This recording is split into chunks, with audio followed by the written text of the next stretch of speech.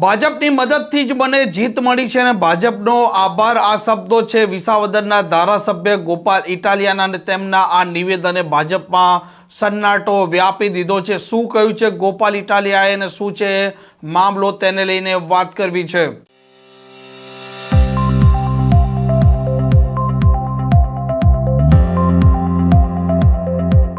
નમસ્કાર, આપ જોઈ રહ્યા છો હોટલાઇન ન્યૂઝ અને હું છું આપની સાથે તોફિક ગાંચી। વિસાવદરની ચૂંટણી પતી ચૂકી છે। ગોપાલ ઇટાલિયા હવે ધારાસભ્ય પણ બની ચૂક્યા છે અને તેમણે આજે એક મોટો ધડાકો કરતા કહ્યું છે કે ભાજપના નેતાઓનો આભાર, કેમ કે ભાજપના નેતાઓની મદદથી તે ધારાસભ્ય બન્યા છે અને આ ગરમાગરમી અને ચૂંટણીમાં જે પ્રકારે માહોલ બન્યો હતો ને જ્યારે આજે આ ગોપાલ ઇટાલિયાએ ધડાકો કર્યો છે ત્યાર પછી અનેક પ્રકારના સવાલો ઊભા થઈ ચૂક્યા છે કે શું ભારતીય જનતા પાર્ટીએ તેમના ઉમેદવાર કિરીટ પટેલને હરાવ્યા છે। ગોપાલ ઇટાલિયાએ જે પ્રકારે આ ચૂંટણી થઈ અને જે પ્રકારે હાલ આમ આદમી પાર્ટીમાં જે માહોલ છે તેને લઈને પ્રતિક્રિયા આપી છે। અમારી જીત પાછળ અનેક લોકોએ મહેનત કરી છે। આ અનેક લોકોમાં સારા માણસોની વ્યાખ્યામાં આવે એવા સૌ લોકોએ મદદ કરી છે, કેમ કે જ્યારે રાક્ષસી માનસિકતાનો નાશ કરવાનો હોય ત્યારે બધા ભેગા મળીને હારે હાલવાનું હોય છે। અને મને ખુશી એ વાતની છે ભાજપમાંથી અનેક લોકોએ સહયોગ કર્યો છે, કેમ નહીં? કેમ કે ભાજપમાં પણ હોય, ભલે સત્ય તો એ જાણતા હતા ને કે કયો માણસ છે અને કેવી વિચારો ધરાવે છે, તો સ્વાભાવિક છે ભાજપના મિત્રોએ પણ સારી મદદ કરી છે, વેપારીઓએ મદદ કરી છે, સરકારી તંત્રમાં રહેલા નાના માણસોએ ખૂબ નિષ્ઠાથી કામ કર્યું છે। મારી તરફેણમાં નહીં, કોઈની વિરુદ્ધમાં નહીં, સંવિધાનની તરફેણમાં સરકારી માણસોએ ખૂબ સારું, નાના નાના કર્મચારીઓ હતા ક્લાસ 3 લેવલ સુધીના, એમણે નિષ્ઠાથી કામ કર્યું છે। અમુક મિત્રોએ નથી બરાબર કામ કર્યું, તો બધાની આ જીતની અંદર બધાની ભૂમિકા છે। નાના હોય, મોટા હોય, ભાજપમાં હોય, આપમાં હોય, સમાજમાં હોય, સૌએ પોતાની જવાબદારી સમજીને આ ચૂંટણીમાં કામ કર્યું, ત્યારે જ તો મને જીત મળે છે।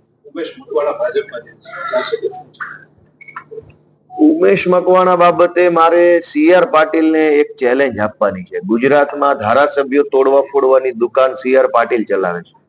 કોઈ પણ ધારાસભ્ય પોતાની પાર્ટીની અંદરથી તૂટે ફૂટે, નારાજ થાય, દુખી થાય એવા ધંધા CR પાટીલ વર્ષોથી કરતા આવ્યા છે, એ બાબતે એનો ક્રાઇમ રેકોર્ડ ક્લિયર છે કે આ ધંધા ઈ જ માણસ કરે છે। મારે CR પાટીલને એટલું જ કહેવું છે કે તમારામાં હિંમત હોય તો ઉમેશ મકવાણા પાસે રાજીનામું અપાવડાવો અને આવે બોટાદમાં ચૂંટણી, પછી જોઈ લેશું જનતાનો ચુકાદો।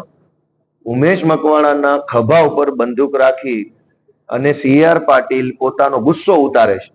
વિસાવદર વિધાનસભાની ચૂંટણીમાં આમ જનતાએ કિરીટ પટેલ અને CR પાટીલને જે ભૂંડી રીતે હરાવ્યા છે, શરમજનક રીતે હરાવ્યા છે, એ વાતનો ગુસ્સો રાખીને, એ વાતની ખીજ રાખીને CR પાટીલ ઉમેશ મકવાણાના ખભા ઉપર બંદૂક રાખી અને જે હલકી પ્રકારની કૃત્ય કરી રહ્યા છે, મારી ચેલેન્જ છે કે ઉમેશ મકવાણા ભાઈ એકવાર CR પાટીલ રાજીનામું અપાઈ દે, જોઈ લઈએ CR પાટીલમાં કેટલો દમ છે। સુરતનું જે પૂર છે એ માનવ સર્જિત છે કે કૃત્રિમ? માનવ સર્જિત પૂર છે। ગુજરાતના તમામ મોટા શહેરોમાં ભાજપ સર્જિત પૂર દર વર્ષે આવે છે। આ જુનાગઢની અંદર પણ ભાજપના માણસોએ ભ્રષ્ટાચાર કરી વોંકળા ઉપર બાંધકામ કરી લીધું છે અને એના કારણે ગયા વર્ષે જુનાગઢમાં પૂર આવેલું, અનેક લોકોને તકલીફ પડી હતી। સુરતની અંદર પણ ખાડી એટલે એક પ્રકારનો વોંકળો નીકળ્યો છે, એની ઉપર ભાજપના માણસોએ ગેરકાયદેસર બાંધકામ કર્યું છે, એટલે સુરતમાં પણ પૂર આવે છે। વડોદરાની અંદર વિશ્વામિત્રી નદીમાં પણ ભાજપના માણસોએ ગેરકાયદેસર બાંધકામ કર્યું છે, તો વડોદરામાં ગયા વર્ષે પૂર આવ્યું।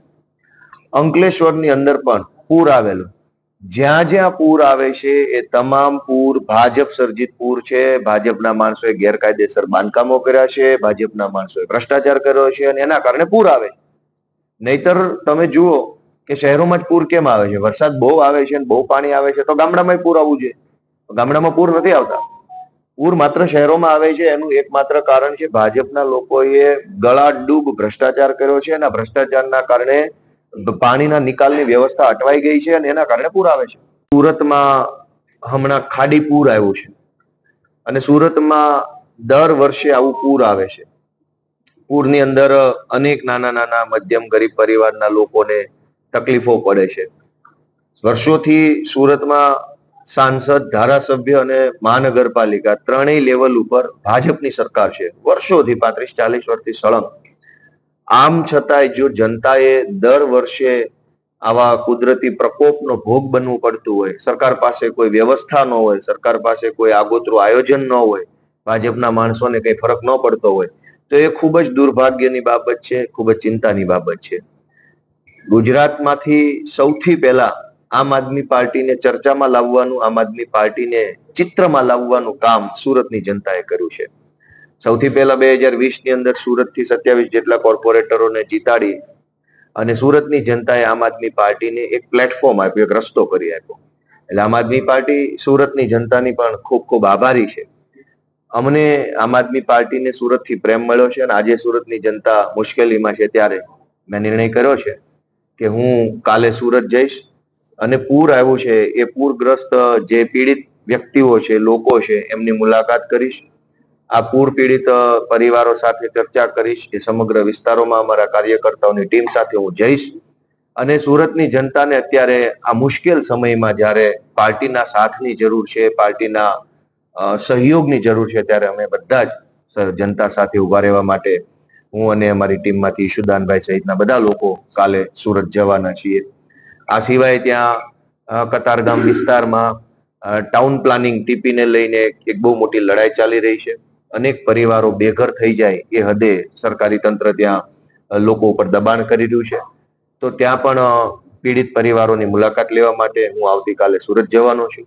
બસ આ મારા પ્રોગ્રામની જાણ ગુજરાતના લોકોને હું કરી રહ્યો છું કે જ્યાં દુઃખનો સમય છે, પીડાનો સમય છે, જ્યાં આગેવાનના સહયોગની જરૂર છે, ત્યાં હું જઈ રહ્યો છું. તો આવનારા 2-3 દિવસ સુધી હું સુરતની મુલાકાતે જવાનો. આ પ્રકારના સમાચાર, પ્રકારના અહેવાલ માટે હોટલાઇન ન્યૂઝ ચેનલ જોવાનું અને સબસ્ક્રાઇબ કરવાનું ભૂલતા નહીં. નમસ્કાર. આવા પ્રકારના વિડીયો તમને જોવા ગમતા હોય તો હોટલાઇન ન્યૂઝ ચેનલને લાઇક, શેર અને સબસ્ક્રાઇબ કરો.